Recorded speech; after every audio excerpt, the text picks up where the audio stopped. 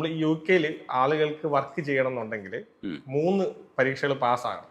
അതായത് തിയറി, നമുക്ക് സിമ്പിൾ ആയിട്ട് ലാംഗ്വേജ്, തിയറി, പ്രാക്ടിക്കൽ. സിമ്പിൾ ആയിട്ട് പറയാം, ലാംഗ്വേജ് പാസ്സാവണം. നമ്മുടെ ഡ്രൈവിങ്ങിന് തിയറിയും പ്രാക്ടിക്കലും അല്ലേ ഉള്ളൂ. ഇവിടെ ലാംഗ്വേജ് പുറത്തോട്ട് പോകാണ്ട് ലാംഗ്വേജും കൂടെ എക്സ്ട്രാ ഉണ്ട്. അപ്പൊ ഇതിൽ ഈ നടുക്കത്തെ ഭാഗം, ഈ തിയറി എന്ന് പറയുന്ന എക്സാമിന് അങ്ങനെ ഒരാളും തന്നെ ട്രെയിനിങ് കൊടുക്കുകയോ ഒന്നും ചെയ്യുന്നില്ലായിരുന്നു തുടക്കത്തിൽ.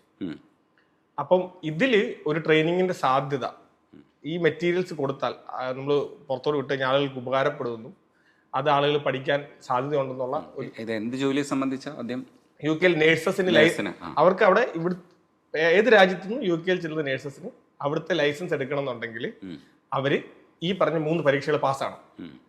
അപ്പൊ അതിൽ ഈ നടുക്കത്തെ പീസ്, അതായത് CBT എന്ന് പറയുന്ന computer based test theory exam, ഇതിന് മെറ്റീരിയൽ കിട്ടുമെന്ന് അന്വേഷിച്ചപ്പോഴത്തേക്കും അങ്ങനെ ഒരു മെറ്റീരിയൽസ് അവൈലബിൾ അല്ല എവിടെയും. അപ്പം ഇതിനകത്തൊരു സാധ്യത, ഒരു ഗ്യാപ്പ് കണ്ടെത്തി. കാരണം എന്ന് വെച്ചാൽ ഇത് ആളുകൾക്ക് വേണം. കാരണം അതിന് തൊട്ട് മുമ്പുള്ള OET എന്ന് പറയുന്നത് ഈ ഒരുപാട് പ്രാവശ്യം, ഭൂരിഭാഗം ആൾക്കാർ 3-4 പ്രാവശ്യം എഴുതിയിട്ട് പാസ്സാവുന്നതാണ്. അപ്പൊ അന്നത്തെ സമയത്ത് ഒരു സംഭവം എന്ന് പറയുന്നത് 3 പ്രാവശ്യമുള്ള ഈ CBT എഴുതാനും പറ്റുള്ളൂ. അപ്പോൾ ആൾക്കാർക്ക് പേടിയുണ്ട് ഇത് അപ്രോച്ച് ചെയ്യാൻ വേണ്ടിയിട്ട്. അപ്പം ഇത് നല്ലൊരു മെറ്റീരിയൽസ് നമ്മൾ കൊണ്ടുവന്നു കഴിഞ്ഞാൽ ഇത് ആളുകൾ ഉപകാരപ്പെടും എന്നുള്ള ഒരു ഐഡന്റിഫിക്കേഷൻ ആണ് ഫസ്റ്റ് സംഭവിക്കുന്നത്.